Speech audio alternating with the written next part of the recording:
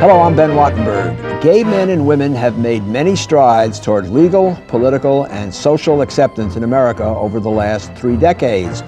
What are the ramifications? Is this a good thing? Joining us to answer these questions are Elizabeth Fox Genovese, professor of history at Emory University and author of Feminism is Not the Story of My Life: How Today's Feminist Elite Has Lost Touch with the Real Concerns of Women. Stephen Macedo, professor of constitutional law and politics at Syracuse University and author of Liberal Virtues, Citizenship, Virtue, and Community in Liberal Constitutionalism. Robert George, professor of legal and political philosophy at Princeton University, a member of the U.S. Commission on Civil Rights and author of Making Men Moral, Civil Liberties and Public Morality, and Chris Bull, former national correspondent for The Advocate and author of Perfect Enemies, The Religious Right, the Gay Movement, and the Politics of the 1990s. The topic before the House: is this the gay 90s? This week on Think Tank.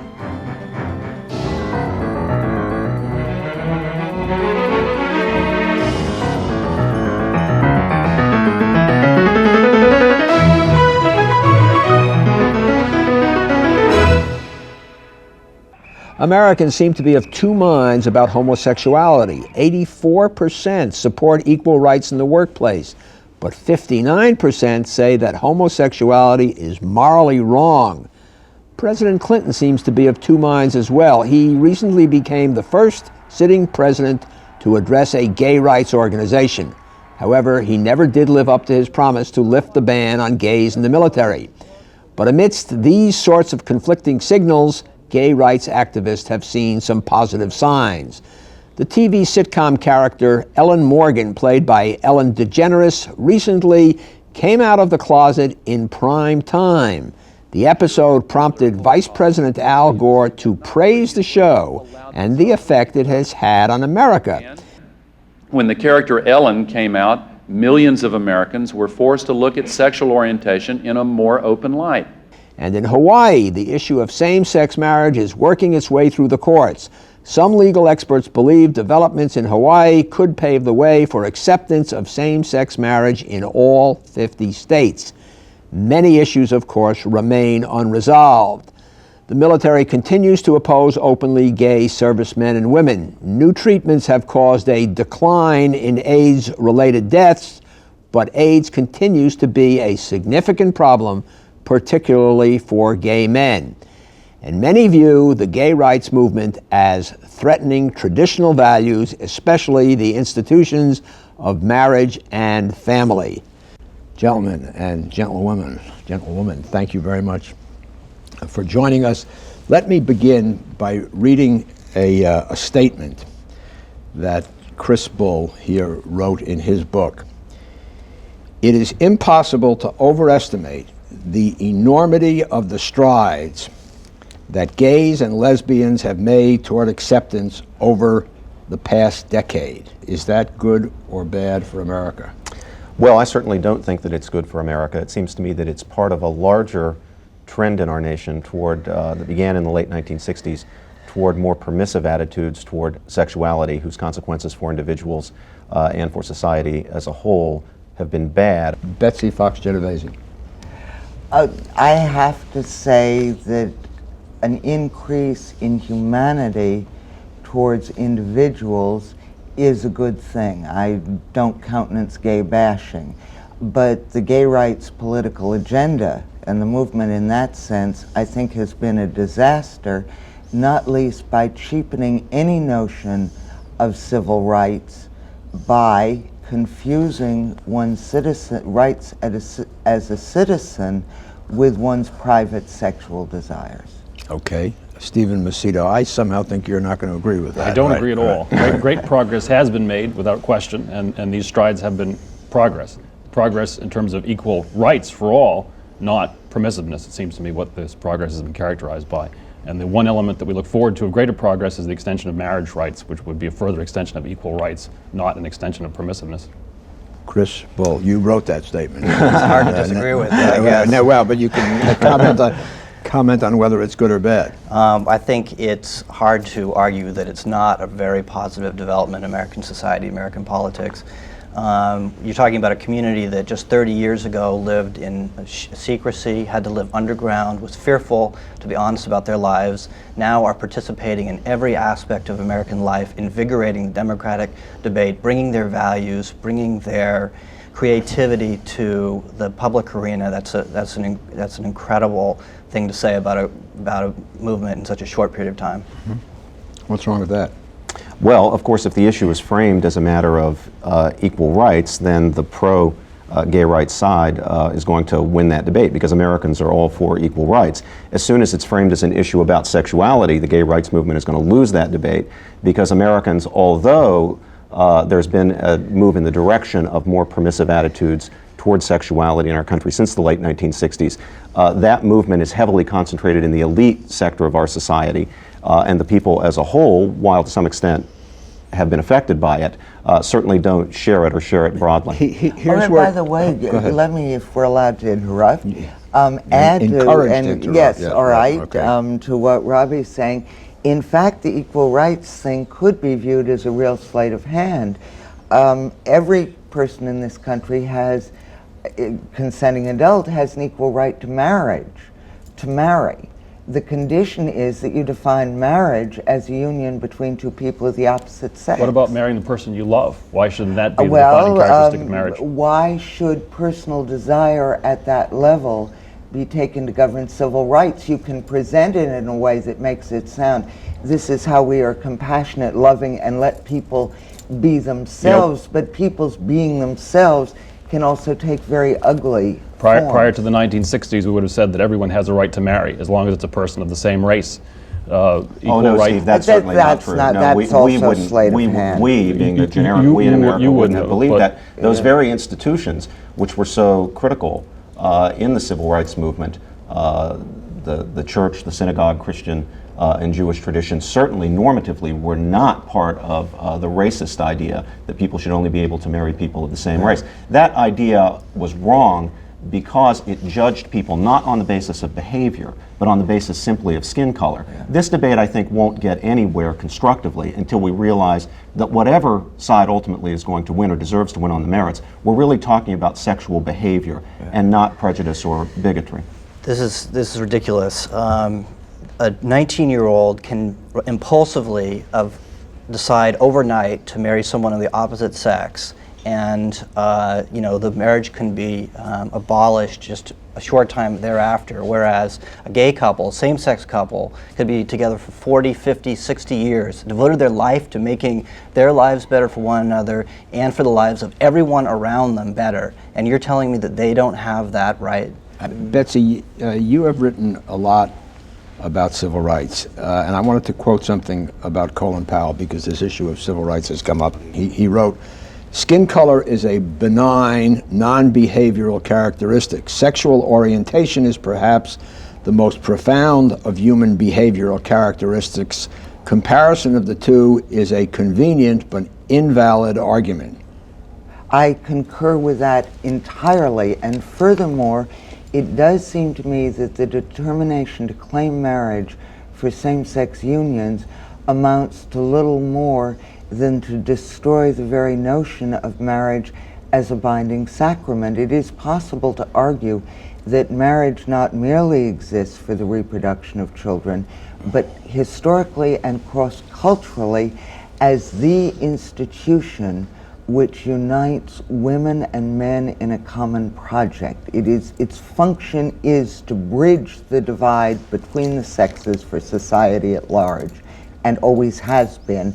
Same-sex marriage turns it into a legitimation of pleasure. There is no reason that gays and lesbians cannot have long-standing, and I, by the way, I do have gay and lesbian friends who do, long-standing, committed relationships. You can roll your eyes, I know what it sounds like, but it really strikes me as the worst bad faith in the world, or very good gamesmanship, to insist on the right to define what constitutes toleration and acceptance. And the gay movement is very aggressively upping the ante on what is required of people in order to show respect for them. Giving your tremendous marriage amount of- is Robert- not. Give these guys a Robert and chance. Elizabeth are engaging in an old trick, which they're trying to make homosexuality appear to be just about sex and pleasure. It's not about it. It's partly about sex and pleasure, as it is for all Americans.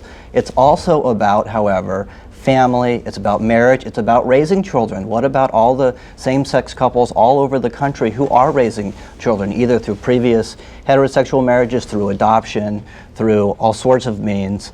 They need the same rights to protect those children that opposite-sex couples do. And if we want to extend these traditional values of stable commitment, of responsible, loving commitment, the best thing we can do is to extend this institution to that part of the population, which arguably, as conservatives have often noted, need it more than anyone else. Do you think that homosexuality is sinful?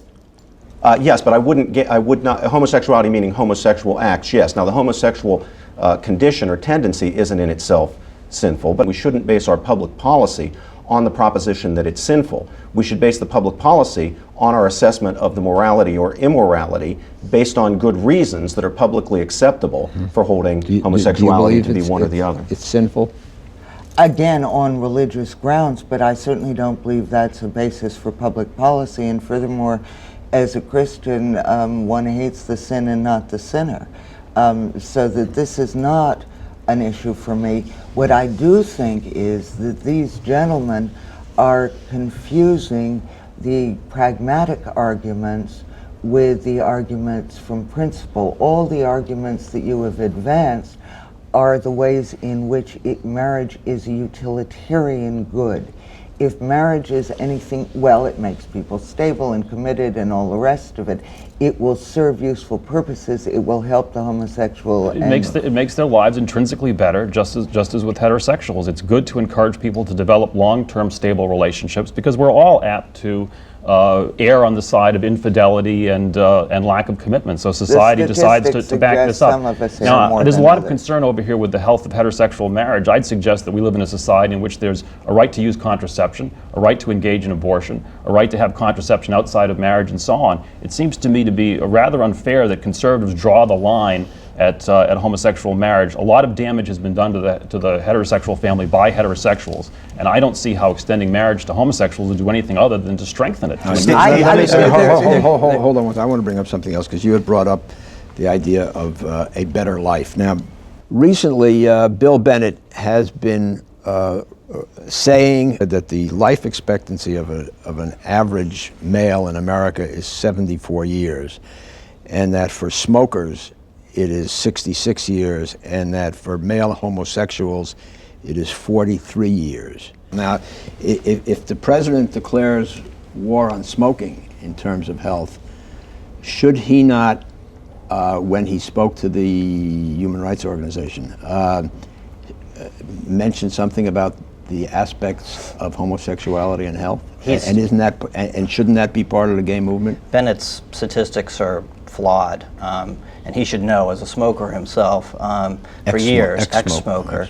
The statistics that he cited were based on a study by someone named Paul Cameron, who's a discredited anti-gay psychologist and who has spent his entire lifetime obsessing about homosexuality.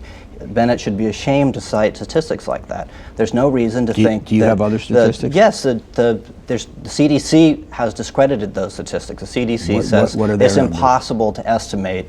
There's no accurate statistics to gauge the average life expectancy of gay people as opposed to heterosexual people because those kind of statistics are not kept. We don't know we don't know exactly who in the population is gay because stigma prevents many gay people from asserting themselves. There's no reason to believe that most gay people don't live normal life expectancies. It's totally an argument. Even after the advent of AIDS? The vast majority, AIDS has been a terrible problem in the gay community, but it affects a very tiny percentage of the community, and it doesn't affect lesbians virtually at all. Are we going to make the argument that lesbians deserve civil rights because lesbians have a longer life expectancy than heterosexuals? For gay men, that makes no you're sense. the one who switched it to gay Well, people. but the argument doesn't apply against lesbians then, and isn't the fundamental point that... How tiny? What is when you say there's only a tiny percentage of gay men Again, it's very hard to estimate, but if we're talking about... But you know it's tiny. We're talking about a small percentage of the overall gay population. It's Then why do impossible we to say have what the these numbers vast are. campaigns and organizations around it? But look, if gay males or all homosexual people tend to be somewhat more unhappy than the rest of the population, maybe it's because of William Bennett and his associates who refused to acknowledge equal rights for homosexuals and who refused to extend to homosexuals that social institution which more than any other is supposed to encourage stable commitment and human happiness. I think that's extremely implausible, Steve, to think that the problems with homosexual persons have to do with not having marriage available.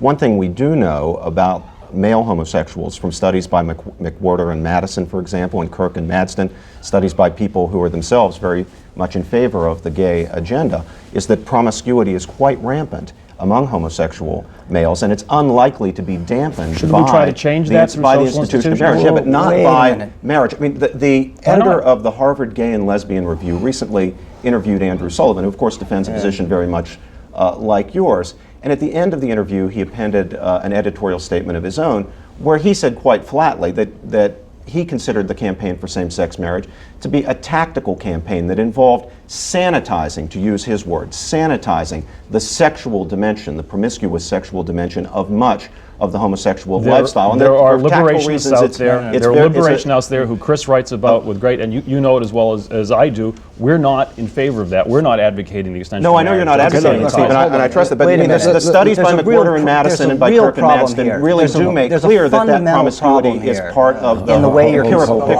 picture. Hold on. It's part of the empirical Can't picture. you change through social There's a- institutions? Not through. Robert, Let Chris go, please. There's a fundamental problem with the way you're talking about gay people. You're generalizing about gay people in a way that you would never generalize about any other minority group or majority group in this country. You can't possibly say that all gay people are responsible for sexual promiscuity. You can't possibly say that all gay people are responsible for Chris, AIDS. you know very well that I did Even not say that you, all the no one would Chris, ever do talk you this way doubt about that any other minority. you've It's questioned- really disrespectful. You've questioned And the statistics of Bill Bennett. Do you question the statistics of McWhorter and Madison? Do you question the statistics of Kirk and Madston? Yes or no? you can find statistics about any group, Note that including Chris is not middle-aged answering white the question. He knows heterosexual perfectly men. well that homosexual activists Time out. themselves have Time out for a validated minute. these Just statistics. If hold you would on, say hold yes or on. no, we would know the Okay. You truth. can't generalize about Okay. human Yes or beings. no, That's McWhorter wrong. and Madison correct? I Time won't out, say no. referee.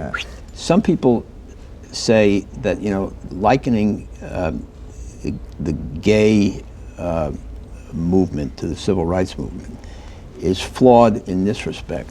Gays are, on average, wealthier. They are in highly visible and admired professions, and people say, hey, this is not a group that is in dire straits. But the harm is different. They have to hide an essential. We have to hide an essential part of our lives in a way that other people don't. And you made the point before about the life expectancy and so on. If we credit that William Bennett statistic, then which I don't. I think it's incorrect. But nevertheless, I think there is a disability that goes along with not being able to lead a public life, and undoubtedly the promiscuity and so on that Robbie talked about before that may be a greater problem here to some degree than in other parts of the population, but that would be an overgeneralization to say that. But that's part of this need to hide. Well, it's no, part of this not leading No, public life. I don't think it is, but I want to say this for Steve's position.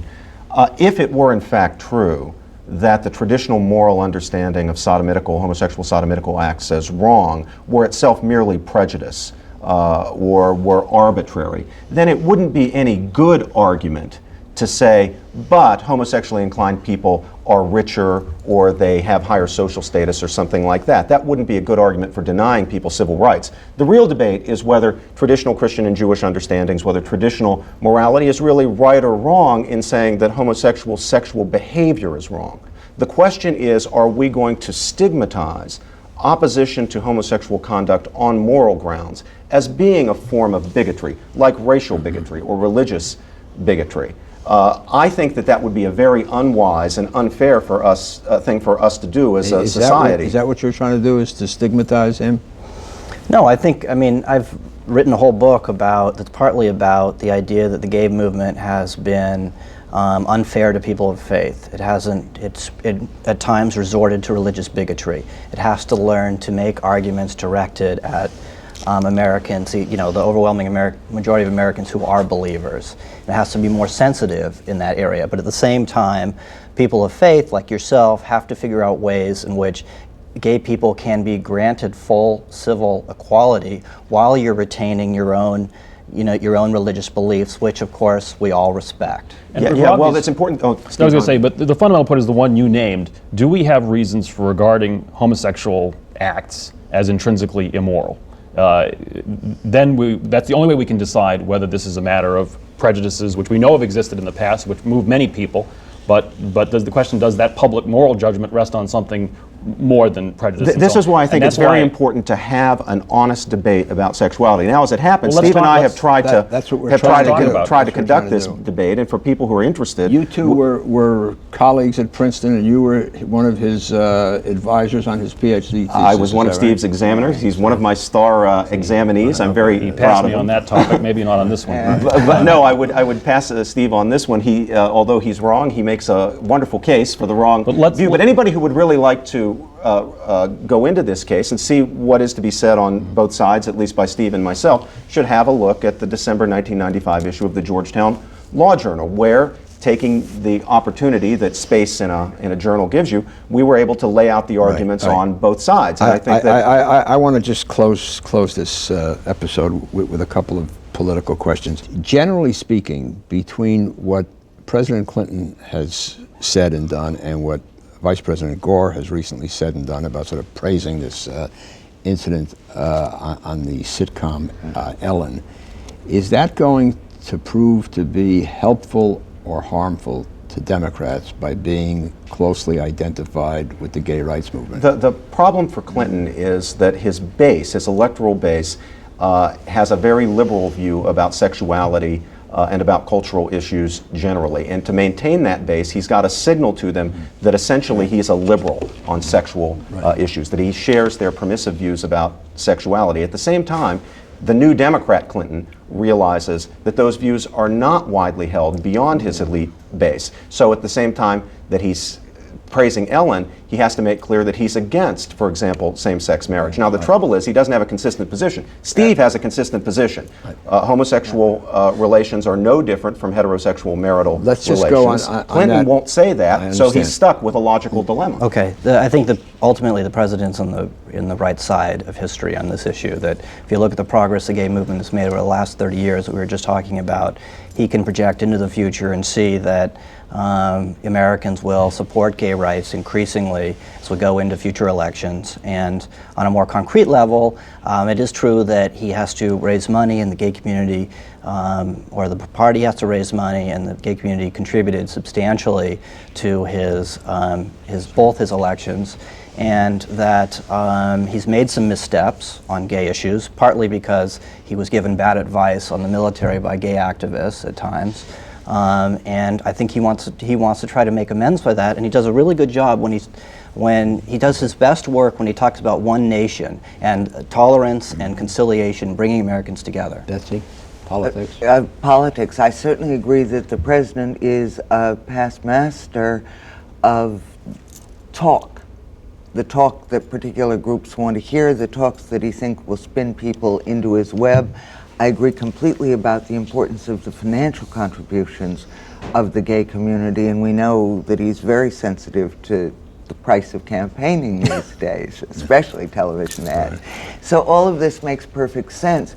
I do, however, think that he doesn't begin to measure fully the sense of mainstream opinion, and that is why he has been virtually unwilling to take any clear stand of any kind except to evoke tolerance. And in my judgment, we will sooner or later reach a point in which some political leader is going to have to ask, who gets to define what tolerance requires? Okay. Last shot, briefly, politics, Stephen Macedo. Can't help but be grateful to the president and vice president, but I look forward to the party of Lincoln addressing these issues. As a welled Republican, I think it's high time that the party of individual responsibility, freedom, recognize that all Americans have a title to that. Steve, are you a Republican? You bet. Yeah, I doubt. Of an odd sort. Thank you, Elizabeth Fox Genovese, Stephen Macedo, Robert George, and Chris Bull. And thank you. For Think Tank, I'm Ben Wattenberg. We at Think Tank depend on your views to make our show better. Please send your questions and comments to New River Media, 1150 17th Street Northwest, Washington, D.C. 20036, or email us at thinktank@pbs.org. To learn more about Think Tank, visit PBS online at www.pbs.org. And please let us know where you see Think Tank.